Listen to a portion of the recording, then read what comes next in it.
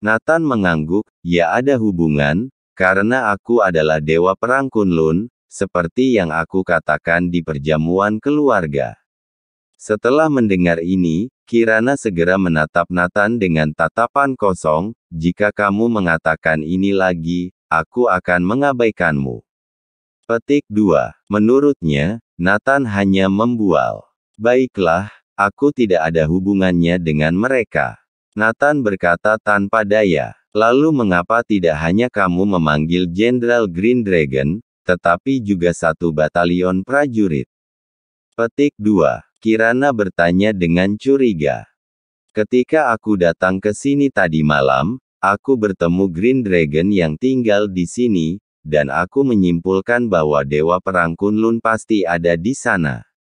Tony Clark memanggil segerombolan orang, jadi aku menelepon dan memberitahu bahwa seseorang akan menyerang Dewa Perang Kunlun. Jadi, segera, pasukan mereka datang. Petik 2. Nathan hanya bisa menjelaskan dengan cara ini. Sudah berkata jujur tetap tidak dipercaya. Ternyata begitu, pantas saja Jenderal Green Dragon mengatakan bahwa Dewa Perang Kunlun tinggal di sini. Ini masuk akal. Setelah memikirkannya, Kirana merasa semuanya masuk akal. Apa ada barang yang ingin kamu pindahkan? Aku tidak ingin tinggal di tempat seperti ini. Kata Nathan. Tidak ada, bila pindahkan barang ke rumah, nanti repot ditanya oleh ayah dan ibu. Kirana menggelengkan kepalanya. Villa Verpeak Anhemia. Ini adalah salah satu villa paling mewah di Anhemia. Keluarga Clark, yang perusahaannya baru saja go public, berlokasi di sini. Saat ini waktu menunjukkan jam 9 kurang. Bagi keluarga Clark, ini belum waktunya untuk bekerja. Jadi sebagian besar orang masih di sana. Seseorang membawa Tony Clark masuk. Semua orang di keluarga Clark tahu kejadian tersebut, dan segera membawa Tony Clark ke rumah sakit terdekat. Darwin, Alfred, Sonny dan yang lainnya semua bergegas ke rumah sakit. Darwin bertanya, bagaimana kabar Tony? Mark Clark, Tuan Muda Tony lumpuh total, aku khawatir dia tidak akan pernah sadar lagi. Petik 2. Dokter yang baru menyelesaikan pemeriksaan menghela nafas. Apa? Lumpuh total. Anakku lumpuh total. Sonny tampak terpukul. Dokter menjelaskan, Tuan Muda Tony mendapat pukulan yang keras, ini faktor utama yang menyebabkan dia lumpuh. Petik 2. Darwin bertanya dengan wajah muram, siapa yang mengantar Tony? Alfred berbisik, ayah, 2 orang asing. Mereka pergi setelah mengantarnya, tetapi meninggalkan sebuah pesan. Petik 2. Apa? Cepat katakan. Darwin mulai menekan. Alfred segera berkata, ini adalah hadiah pertama dari Nathan. Apa? Hadiah dari Nathan. Jadi semuanya ulah Nathan. Sonny marah, Nathan, aku akan membunuhmu.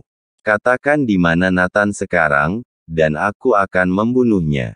Amarah Sonny meluap-luap. Sonny, tunggu. Nathan memperingatkan kita. Ini hadiah pertama, berarti ada hadiah kedua dan ketiga. Tidak aku sangka Nathan bisa mengancam kita. Hehe. Darwin mencibir, dengan tangan di punggungnya. Ayah, aku telah meminta David untuk mencari tahu apa yang terjadi. Aku yakin akan segera ada hasilnya. Kata Alfred. Begitu dia selesai berbicara, David datang terengah-engah. Kakek, ayah, dan paman, aku sudah memeriksa semuanya. Tony dan Nathan bertengkar hebat tentang Royal Palace Villa, dan Tony dipukul oleh Nathan. David berkata dengan suara pelan. Apa? Tony masih tidak bisa mengalahkan Nathan. Bukankah dia sering bersama dengan Master Sang? Mengapa dia tidak bisa menghabisi Nathan, malah dipukuli hingga kondisi begini? Darwin bertanya. Disinilah keanehannya, Tony bersama Master Sang pergi dan 100 lebih pengikutnya. Tapi Tony masih dipukuli. Sekarang Master Sang tidak mengatakan apa-apa tentang masalah ini, dan menyarankan kita untuk tidak menyinggung perasaannya. Nathan, David menceritakan semua yang dia temukan. Apa? Ada kejadian seperti itu. Artinya Master Sang juga takut. Jika Master Sang takut, itu berarti Nathan memiliki kekuatan. Kata Alfred. Darwin mengangguk, ya, kalau hal ini membuat Master Sang takut. Apa yang terjadi? Nathan baru saja keluar dari penjara, apakah dia memiliki kekuatan? Petik 2. Kakak ipar Nathan, Amy Rivera, memutar otaknya dengan cepat. Dia tersenyum dan berkata, kakek, aku pikir Nathan dalam penjara berteman dengan beberapa bos gangster. Meskipun Master Sang hebat, tapi pasti kalah hebat bos gangster yang sebenarnya. Nathan mengenal penjahat kelas berat dan berhasil menekan Master Sang. Bukankah Nathan sudah memperingatkan kita di perjamuan sebelumnya? Bahwa kita akan meminta maaf dan bertobat dalam waktu 1 bulan, mau kita mengeluarkan seluruh tenaga dan koneksi kita. Dia mungkin mendapatkan backingan kuat. Setelah diingatkan Amy, Darwin segera berkata, mungkin saja. Pasti seperti itu. Nathan bertemu bos kekuatan. Petik 2. Kakak ipar Nathan, Amy Rivera, memutar otaknya dengan cepat. Dia tersenyum dan berkata, kakek, aku pikir Nathan dalam penjara berteman dengan beberapa bos gangster. Meskipun Master Sang hebat, tapi pasti kalah hebat bos gangster yang sebenarnya. Nathan mengenal penjahat kelas berat dan berhasil menekan Master Sang. Bukankah Nathan sudah memperingatkan kita di perjamuan sebelumnya? Bahwa kita akan meminta maaf dan bertobat dalam waktu 1 bulan, mau kita mengeluarkan seluruh tenaga dan koneksi kita. Dia mungkin mendapatkan backingan kuat. Petik 2. Setelah diingatkan Amy, Darwin segera berkata, mungkin saja. Pasti seperti itu. Nathan bertemu bos gangster di penjara, jadi dia berani menantang kita. Petik 2. Alfred menyentuh dagunya dan berpikir, sepertinya kita semua terlalu menyepelekan bajingan ini sebelumnya. Apa sekarang bajingan ini punya sesuatu? Petik 2. Aku tidak peduli bos besar mana yang Nathan kenal, tapi dia memukuli putraku seperti ini, aku harus membalas dendam. Sonny telah tersulut kebencian. David berkata, Paman, balas dendam pasti. Tapi kita harus mencari tahu situasinya, siapa di belakang Nathan. Apa yang dia andalkan. Meskipun kita tidak takut, tetapi kita tidak boleh gegabah. Darwin mengangguk, betul, David benar. Jangan sampai Nathan berpikir bahwa jika dia bisa menekan Master Sang, dia bisa melakukan apapun yang dia inginkan. Itu konyol. Master Sang bahkan bukan apa-apa bagi keluarga Clark kita. Berapa banyak orang yang bisa menandingi kekuatan keluarga Clark di Anhemia?